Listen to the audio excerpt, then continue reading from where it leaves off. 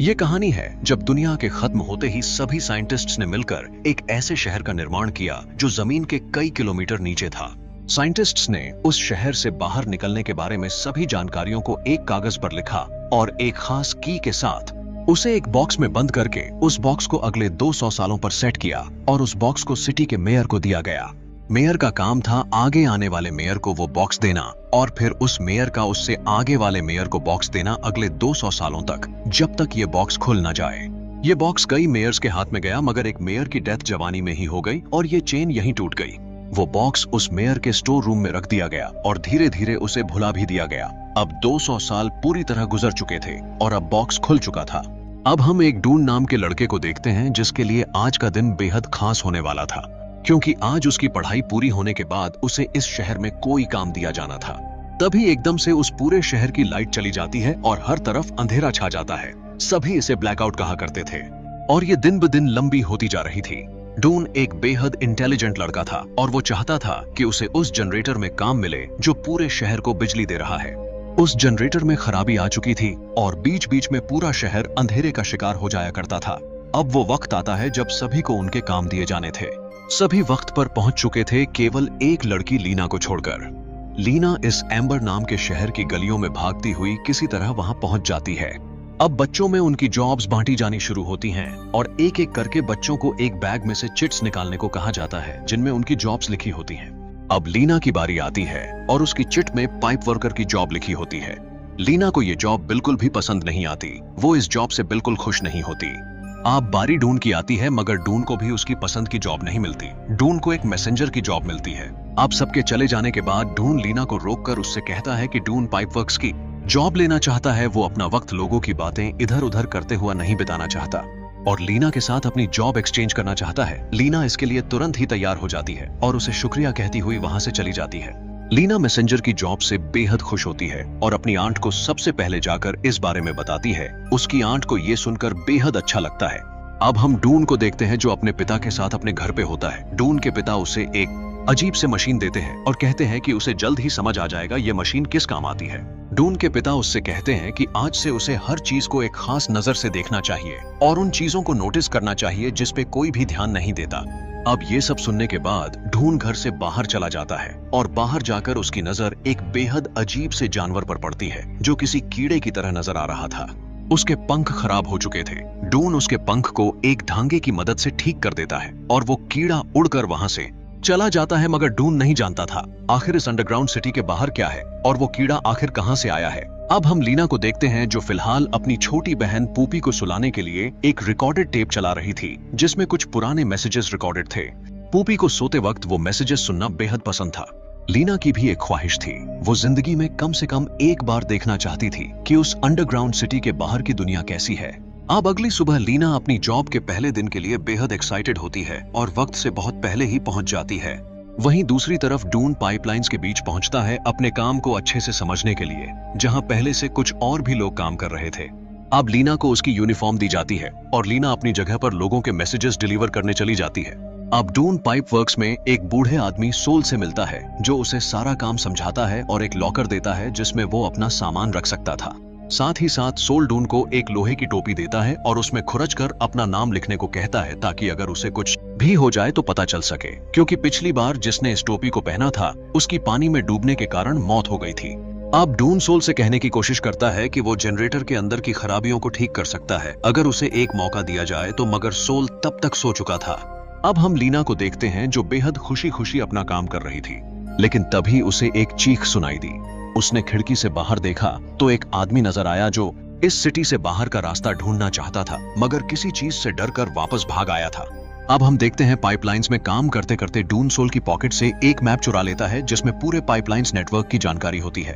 अब डून उस मैप के सहारे पाइपलाइन नेटवर्क्स एक्सप्लोर करने का फैसला करता है, मगर वो एक कमरे में पहुंच जाता है जहां बहुत सारा खाना रखा हुआ होता है। तभी वहां एक आदमी आता है और डून को धक्के मारकर वहां से निकाल देता है। उसी वक्त एक और ब्लैकआउट होता है और सिटी की सारी लाइट्स ऑन ऑफ हो जाती हैं, मगर ये ब्लैकआउट हर बार से थोड़ा ज्यादा लंबा था। लीना वो बात डून को बताती है कि उसने एक आदमी को देखा जो सिटी से बाहर जाने की कोशिश कर रहा था और उस आदमी ने पानी का भी जिक्र किया था जो इस सिटी में बेहद रेयर है।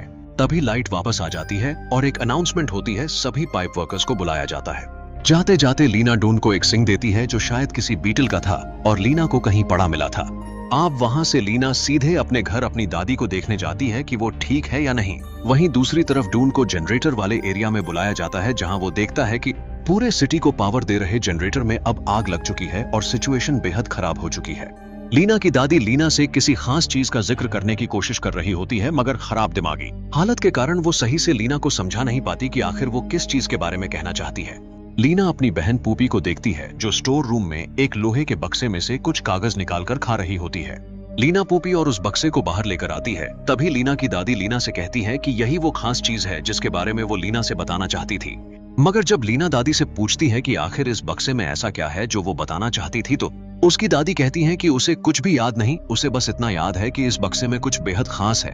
अब लीना उस बक्से को अपने पास रख लेती है और वहां से चली जाती है। पाइपलाइंस में सभी बेहद टेंशन में होते हैं क्योंकि जनरेटर अब दिन पे दिन बेहद खराब होता जा रहा था और उस पर अब ज्यादा दिन डिपेंड नहीं रहा जा सकता था। अब लीना अपना काम कर रही थी, तभी वही आदमी जिसने ढूंढ को धक्के मारकर बाहर निकाला था, वो लीना से आकर उसका एक मैसेज मेयर तक पहुंचाने को कहता है। वो मैसेज कोड वर्ड्स में था और लीना उसे नहीं समझ पाती, मगर लीना वो मैसेज मेयर तक पहुंचाने चली जाती है। हॉल में घुसते ही लीना आज तक उस शहर में बने सभी मेयर्स की पोर्ट्रेट देखती है, जिसमें से 7वां मेयर लीना के खानदान से था। उसकी तस्वीर में लीना देखती है कि उसने वही बॉक्स पकड़ रखा था जो लीना को आज अपने घर के स्टोर रूम से मिला था। अब लीना जाकर वो मैसेज मेयर को सुना देती है, मगर क्यूरियोसिटी में आकर लीना मेयर से पूछती है कि उन तस्वीरों में वो बॉक्स आखिर क्या है, मगर मेयर उसे बिना जवाब दिए वहां से जाने को कहता है। वही डून अपने घर जाकर अपने पिता से उस बीटल की सिंग को दिखाता है, मगर उसका पिता उससे कहता है कि उसे इन सब चीजों के बारे में ज्यादा नहीं सोचना चाहिए। वहीं घर लौटकर लीना उस बॉक्स में रखे कागज को निकालकर देखती है, मगर पूपी ने उस कागज को पूरी तरह फाड़ दिया होता है।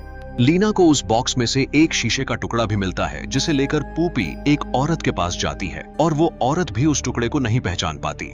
तभी एक और ब्लैकआउट आता है। घर लौटकर लीना अपनी दादी से एक बार फिर पूछने की कोशिश करती है आखिर वो चीज है क्या, मगर दादी की दिमागी हालत अब कुछ बोलने लायक बिल्कुल नहीं बची थी।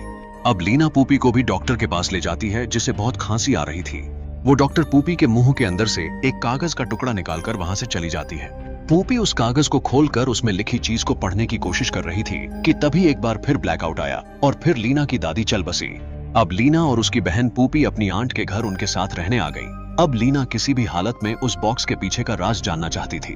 लीना उन कागजों को एक साथ जोड़ती है और उसे लेकर ढूंढ के पास जाती है। इस कागज को देखकर ढूंढ को एक किताब की याद आती है जो कई साल पहले इस शहर को बनाने वालों ने लिखी थी, जिसका जिक्र उन सभी की हिस्ट्री में था।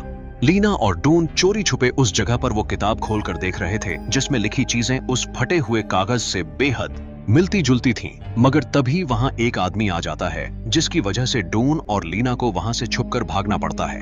लीना अपना जोड़ा हुआ कागज ढूंढ को दिखाती है जिसमें आखिरी शब्द एग्जिट होता है, जिसका मतलब साफ था। इस कागज पर एम्बर शहर से बाहर जाने का रास्ता लिखा था। अब ढूंढ लीना के साथ पाइपलाइंस के बीच पहुंचता है और लीना को एक ऐसी टनल दिखाता है जिसे सोल की मैप से मिटा दिया गया था। इस टनल में कोई राज छुपा था जिसे ढूंढ जानना चाहता था। तभी अचानक उस टनल में दो लोग कोई सामान लेकर आते हैं, मगर किसी जानवर की आवाज सुनते ही तुरंत डरकर वहां से भाग जाते हैं। तभी लीना और ढूंढ सामने से एक बेहद बड़ा और खतरनाक चूहे की तरह दिखने वाला जानवर अपने सामने से गुजरता हुआ देखते हैं। उन्हें बिल्कुल भी समझ नहीं आता आखिर ये क्या चीज है। उन दो लोगों के गिराए हुए सामान में कुछ खाने की चीजें मौजूद थीं। जो कुछ भी हो रहा था वो उन दोनों की समझ से बिल्कुल बाहर था। तभी उस बड़े जानवर की नजर उन दोनों पर पड़ जाती है और वो जानवर उन दोनों का पीछा करना शुरू कर देता है। ढूंढ दूसरे रास्ते भागता है और लीना भागती हुई उसी स्टोर रूम पहुंच जाती है जहां ढूंढ पहले भी आ चुका था। अब भागने का रास्ता खत्म हो चुका था और लीना अब फंस चुकी थी। वो जानवर लीना के बेहद करीब आ चुका था, मगर तभी पीछे से ढूंढ आ जाता है जो उस जानवर का ध्यान भटकाकर उसे एक जगह में फंसा देता है। वो दोनों किसी तरह जान बचाकर वहां से भाग निकलते हैं। तभी लीना की नजर ढूंढ के हेलमेट पर पड़ती है जिसमें उसके पिता का नाम भी लिखा था। ढूंढ उसे बताता है कि जिस इंसान ने ये हेलमेट उससे पहले पहना था वो डूबकर मर गया। अब आखिरकार इतने दिनों बाद लीना को अपने पिता की मौत का कारण पता चला था। उसकी मां पहले ही गुजर चुकी थी और लीना अब अनाथ हो चुकी थी। लीना की एक आंट लीना को समझाती है और उसके बहुत रोने पर उसे एक मशीन दिखाती है जो पत्थर को काटकर आगे बढ़ाती थी। इस मशीन का इस्तेमाल करके एम्बर से बाहर जाया जा सकता था, मगर इस मशीन ने भी पहले मौतें देखी थीं। अब हम देखते हैं सिटी का मेयर ब्लैकआउट्स की प्रॉब्लम सॉल्व करने के लिए एक टीम बनाता है जिसका हिस्सा बहुत से लोग बनते हैं। लीना वहां से वापस लौट रही होती है कि तभी एक औरत का कुछ सामान गिर जाता है। इस सामान में बेहद ज्यादा कम मिलने वाले फल मौजूद थे जो कई दिनों से लोगों ने देखे तक नहीं थे।